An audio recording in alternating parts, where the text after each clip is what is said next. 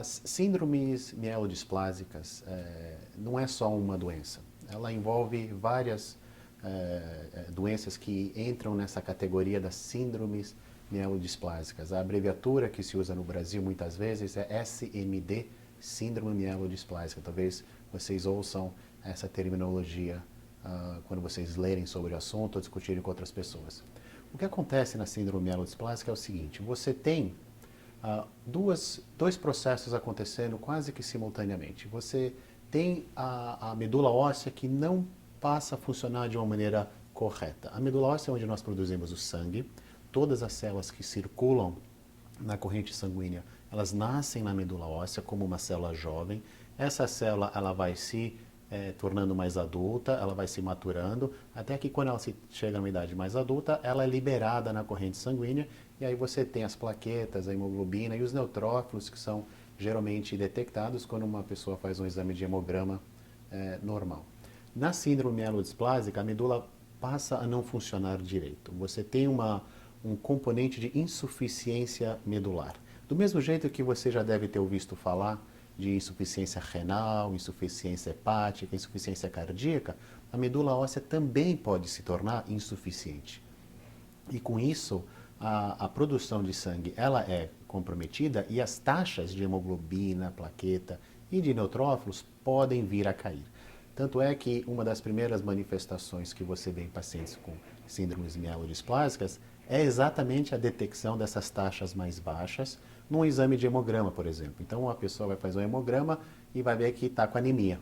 Isso já é um reflexo de que a medula está insuficiente. Então, uma das principais manifestações é a secundária, a queda das taxas de sangue. O mais comum é a anemia. Então, é muito frequente a pessoa ir ao médico com queixa de fraqueza, cansaço, falta de ar, falta de energia, tudo decorrente da anemia. A anemia é o mais comum, mas as plaquetas e os neutrófilos também podem estar reduzidos. Então existe esse processo de insuficiência da medula óssea, essa estrutura que se encontra dentro dos ossos, que é onde é produzido o sangue. Essa é uma coisa. A segunda coisa é que pode haver em alguns casos, não em todos, uma falha de maturação dessas células, ou seja, elas não estão se tornando adultas de maneira adequada na medula óssea. E essa maturação ela para em algum momento e começa a ter um acúmulo de células jovens na medula óssea. No momento em que a célula não consegue se tornar adulta, a produção continua. Ela vai acumulando células jovens. E essa observação que nós vemos é o tal dos blastos, que é um termo que vocês já devem ter lido a respeito, aqueles, obviamente, que leram sobre o assunto, onde pode haver um acúmulo dessas células mais jovens, também conhecidas como blastos. Esse é um processo que pode estar presente logo ao diagnóstico, ou ele é um processo que pode vir a desenvolver ao longo da história da mielodisplasia. A mielodisplasia ela ocorre geralmente em pessoas de mais idade, na sexta, sétima, oitava década de vida, e a gente não tem uma causa específica que leva à mielodisplasia. A gente entende um pouquinho melhor o que está acontecendo em termos da genética, mas nós não sabemos por que as pessoas vêm em algum momento da sua vida passar a desenvolver a mielodisplasia ou síndromes mielodisplásicas. Dependendo de uma série de características em relação à anemia, às contagens de sangue e à presença de blastos, a evolução da mielodisplasia pode ser muito variável. Tem pessoas que vivem muito bem por muitos anos sem nenhum tipo de tratamento e tem pessoas que têm mais problemas logo no início do diagnóstico da mielodisplasia. É uma doença relativamente infrequente nos Estados Unidos, na Europa, mas das doenças hematológicas e causas de anemia em pacientes de mais idade, ela, na verdade, é uma das principais doenças onde a gente acaba diagnosticando. O diagnóstico, às vezes, não é tão fácil, e a gente vai falar isso um pouco mais na segunda pergunta, mas há pessoas, por exemplo, que têm mielodisplasia e não sabem que têm e vão passar a descobrir quando as contagens de sangue chegam num nível mais crítico e a pessoa se sente sintomática. Essa é a mielodisplasia que nós chamamos de primária, aquela que é o mais comum. Agora, existem outros tipos de mielodisplasia que podem acontecer em pacientes mais jovens. De novo, é uma doença de pessoas de mais idade, mas existem situações onde a mielodisplasia pode ocorrer em idades mais jovens, na forma primária ou secundária. Secundária seria aqueles casos onde a pessoa, por exemplo, recebeu algum tipo de tratamento quimioterápico por causa de uma outra doença e existe uma complicação, numa minoria dos casos, que pode vir a desenvolver mielodisplasia secundária ou secundária a uma outra doença da medula óssea que pode vir a desenvolver mielodisplasia. Isso pode acontecer em pacientes mais jovens. A forma primária também pode acontecer em paciente jovem, mas geralmente em pacientes de mais idade.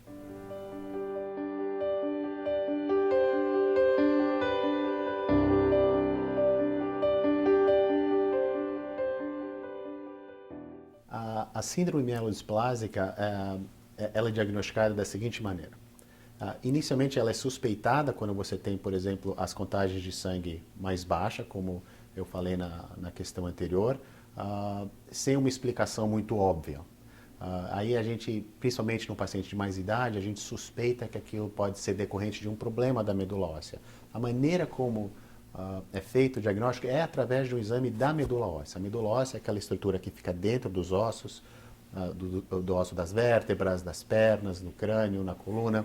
Dentro está a medula óssea. Então, a medula óssea ela é avaliada para ver se existem alterações que são consistentes com mielodisplasia. Então, muitas vezes, para o diagnóstico, é feito uma punção e uma biópsia de medula óssea, geralmente do osso do quadril, na parte de trás. Uma agulha específica introduzida no osso do quadril, aí é colhido o material da medula óssea, a parte líquida, e um pedacinho do osso realmente que é a biópsia. Com esses exames, a gente consegue, olhando no microscópio, ver a característica da medula óssea. Uma medula óssea sadia é uma medula óssea que tem células jovens, células que estão mais adultas e células adultas que aí são liberadas na circulação. E o formato das células também são muito normais, eles não têm alterações no formato delas. Isso a gente consegue ver no microscópio. Quando a gente pega um paciente com mielodisplasia, a gente já começa a notar alterações que está indicando que a medula já está doente, que ela não é uma medula sadia. O que seriam essas alterações? O formato. Então você vê que as células, em vez de ser bonitinhas, com núcleo, de um tamanho esperado, ela pode ser muito maior ou menor do que o normal, ela pode ter alterações na sua forma, que o núcleo também está alterado, você pode ter projeções, você pode ter as células grudadas uma na outra, então você pode ter aspectos atípicos, que a gente chama, ou até aberrantes do ponto de vista da forma, que sugere que existe um processo aí que a célula não está conseguindo se formar direito dentro da medula óssea. Outra alteração que a gente procura também nesses pacientes é ver se existe um acúmulo de células jovens, aquilo que eu mencionei na pergunta anterior. Porque se houver um acúmulo de células jovens, isso já está te indicando que tem algum problema nessas células conseguirem se tornar adultas dentro da medula óssea. De novo, uma disfunção que a gente consegue apreciar a olho nu. Esses exames são feitos no laboratório de patologia e no microscópio a gente procura por essas alterações. Existem exames complementares que também são realizados na medula óssea para ajudar no diagnóstico. Uma delas que é muito importante, que o médico tem que fazer no momento em que é feita a suspeita de mielodisplasia, é um exame que a gente chama de citogenética.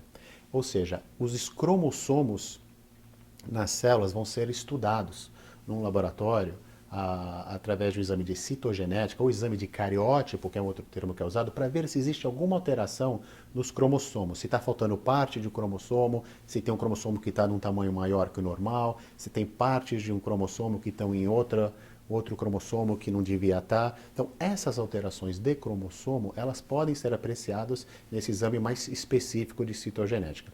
Esse é um exame que demora um pouquinho, de 7, 10 a 14 dias, dependendo do laboratório. Essas células da medula óssea, elas têm que ser cultivadas no laboratório para se procurar essas alterações dos cromossomos. Em aproximadamente metade dos pacientes com mielodisplasia pode haver uma alteração de cromossomo. Isso ajuda muito no diagnóstico. Porém, existem a outra metade que a gente não consegue achar através dessa técnica, alterações do cromossomo. Aí a gente fica com aquela questão das contagens de sangue e o aspecto da medula óssea que podem sugerir muito o diagnóstico de mielodisplasia. Existem outras técnicas mais sofisticadas ainda que estão sendo gradativamente incorporadas na clínica, que aí são testes moleculares. Esse olha para alterações específicas que a citogenética não consegue identificar, mas é uma modalidade ainda que está devagarinho entrando na prática do dia a dia. O mínimo que você precisa fazer quando você está suspeitando e fazendo o diagnóstico de mielodisplasia é o aspirado de medula óssea, a biópsia de medula óssea e a alteração dos cromossomos através do teste de citogenética.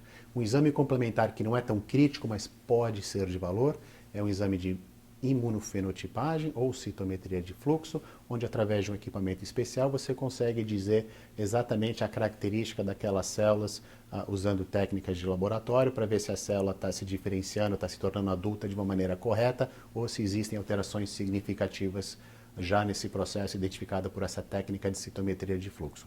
Não é um exame tão crítico, ele pode ajudar em casos onde há um pouco de dificuldade ao diagnóstico, mas o crítico mesmo é o aspirado, a biópsia e o exame de citogenética.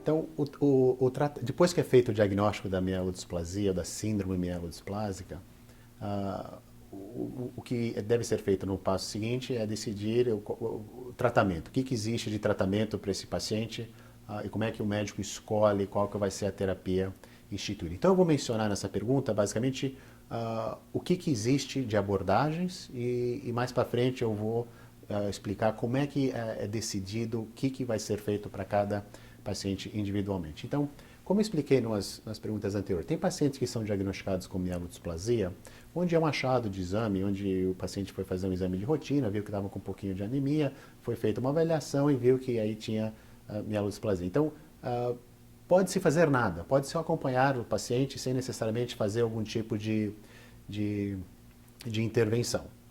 Eu vou explicar isso um pouquinho melhor na próxima pergunta. Dentre as terapias, quando faz-se alguma intervenção, existem algumas opções, e eu vou mencionar o geral. Uma delas é o que a gente chama de tratamento de suporte, onde você dá suporte necessário para aquele paciente naquele momento, para com que ele não tenha os efeitos associados, por exemplo, a uma anemia. Então existem medicações que podem ser usadas para estimular a medula óssea. Lembra que eu falei que a medula ela é insuficiente? Então estimular a medula óssea é uma estratégia para ver se a gente consegue, por exemplo, melhorar a anemia, melhorar a hemoglobina.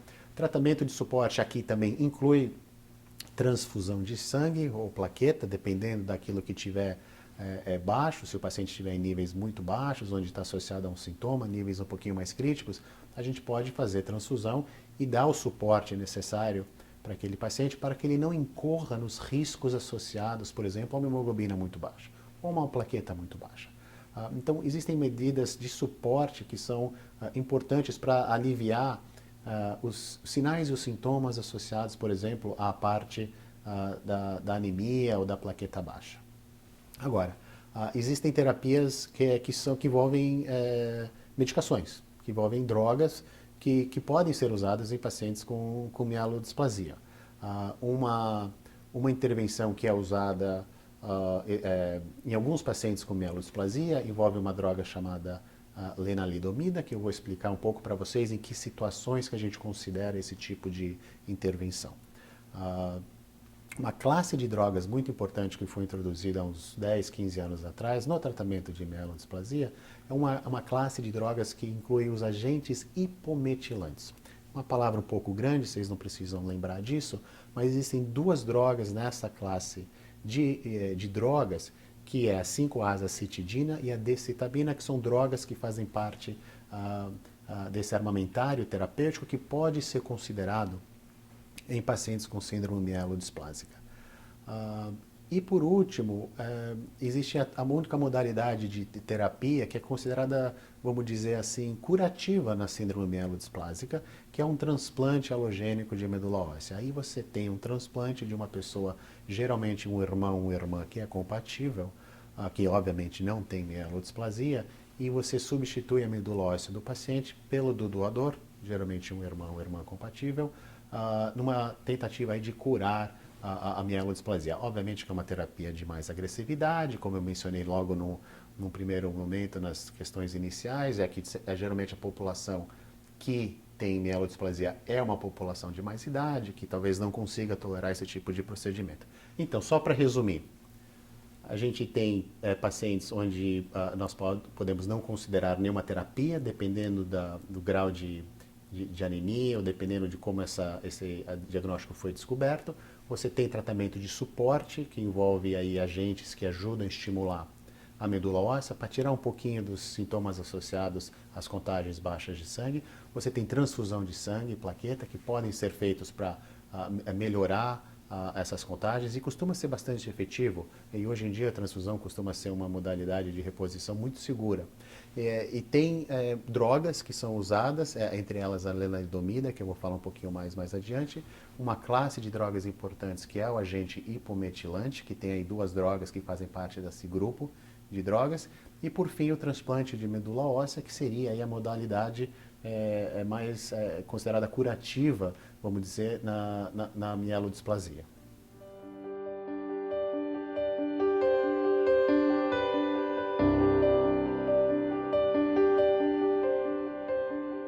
Então, existem algumas determinações que o médico precisa fazer no momento em que é feito o diagnóstico da síndrome mielodisplásica.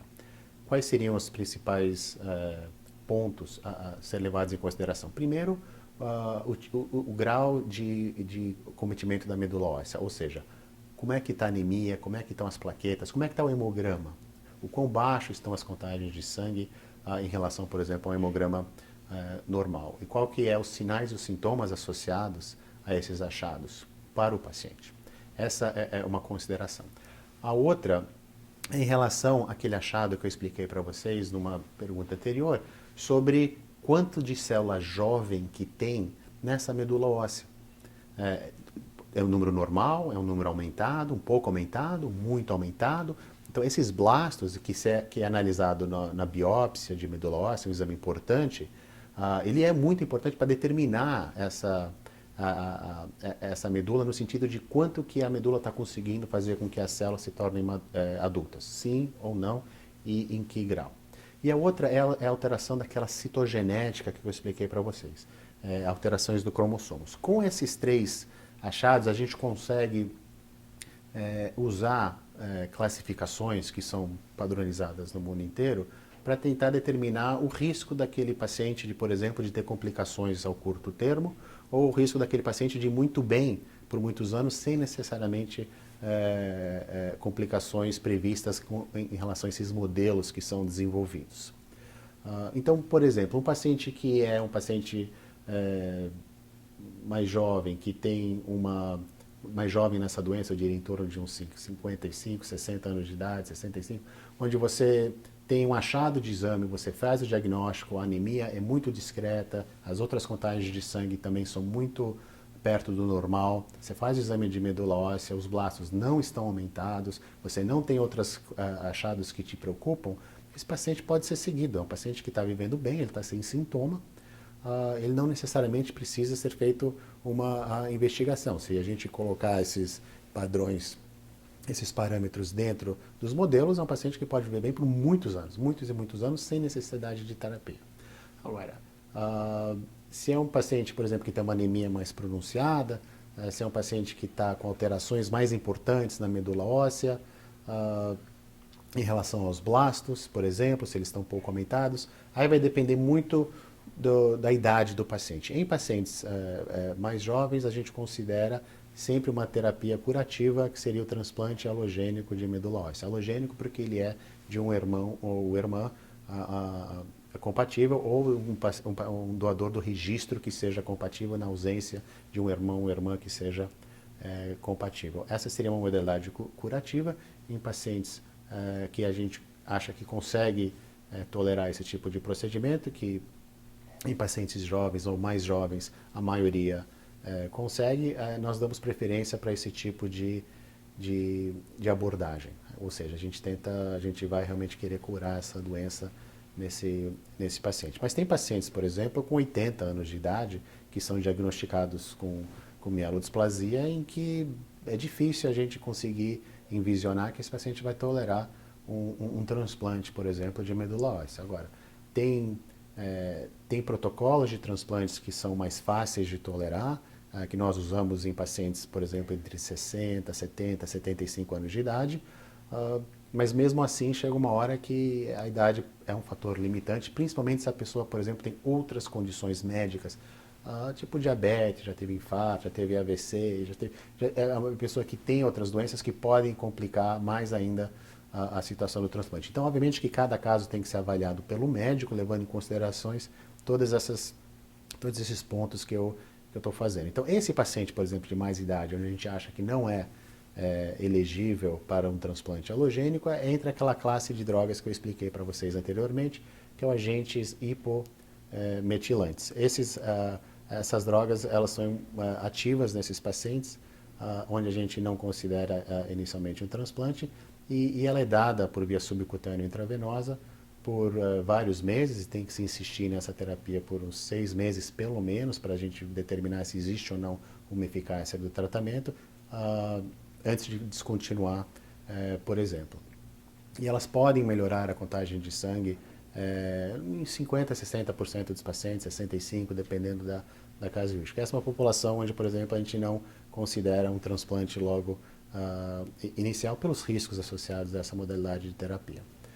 Voltando para o tratamento de suporte, uma intervenção que é feita com bastante frequência em pacientes com mielodisplasia, principalmente nos estágios mais iniciais, ou seja, não tem muita alteração da medula óssea, não tem muita alteração nas contagens de sangue, é o tratamento de suporte, que pode ser com drogas que estimulam a medula óssea, tipo eritropoetina, que ela é feita de uma maneira subcutânea, fazendo com que, por exemplo, a anemia melhore. E isso já pode ser um grande benefício para esses pacientes, no sentido de que eles se sentem sem os efeitos associados a uma anemia. A hemoglobina sobe e eles se sentem melhor. E, obviamente, transfusão de sangue pode ser instituída. Obviamente que a gente não gosta de ficar transfundindo continuamente, mas pode-se fazer isso seguramente, sem com que haja muitas complicações ao longo termo.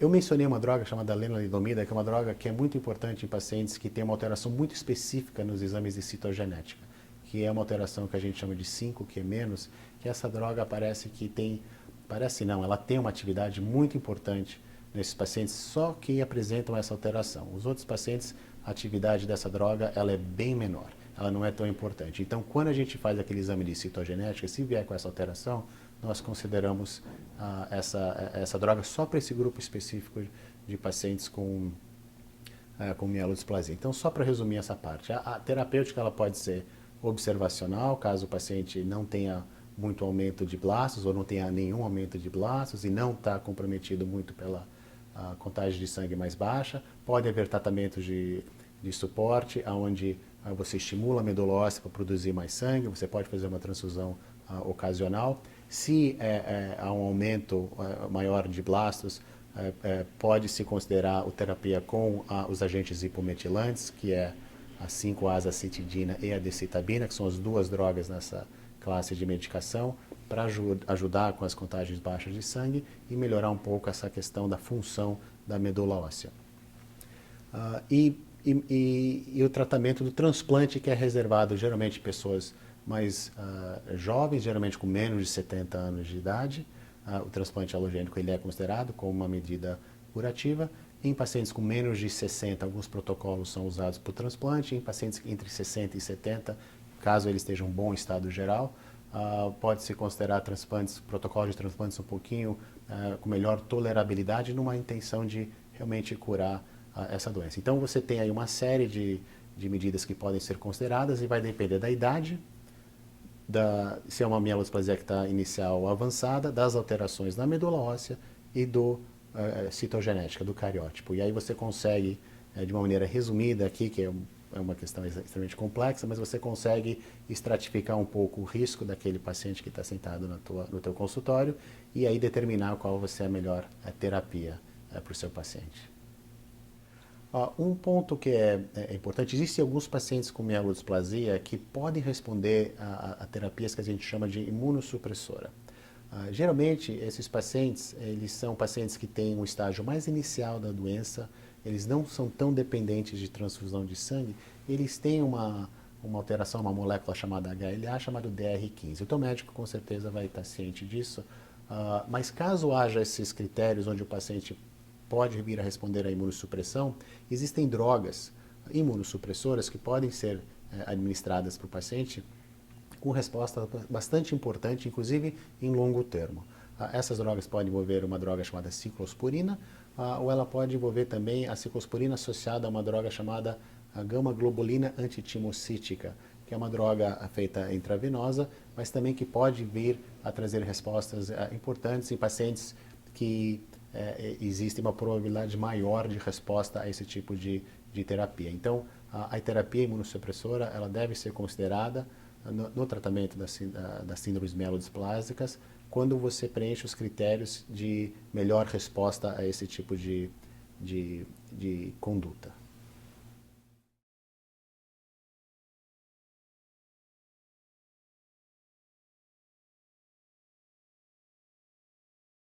Então, a síndrome tem muita investigação acontecendo nas síndromes mielodisplásicas.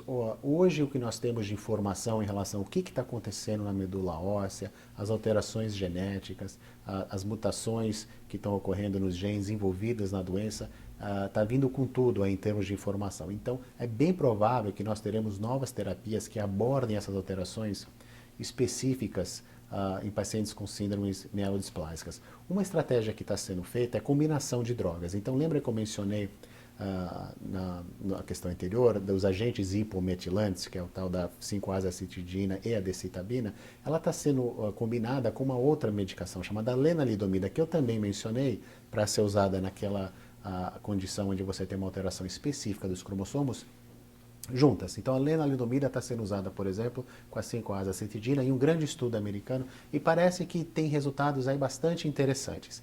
Se essa combinação é superior, por exemplo, a 5-azacitidina, a gente não sabe ainda, mas é possível que com os resultados nos próximos anos que essa combinação realmente seja de fato superior. Alguns resultados sugerem que isso seja o caso, mas a gente não sabe isso ainda.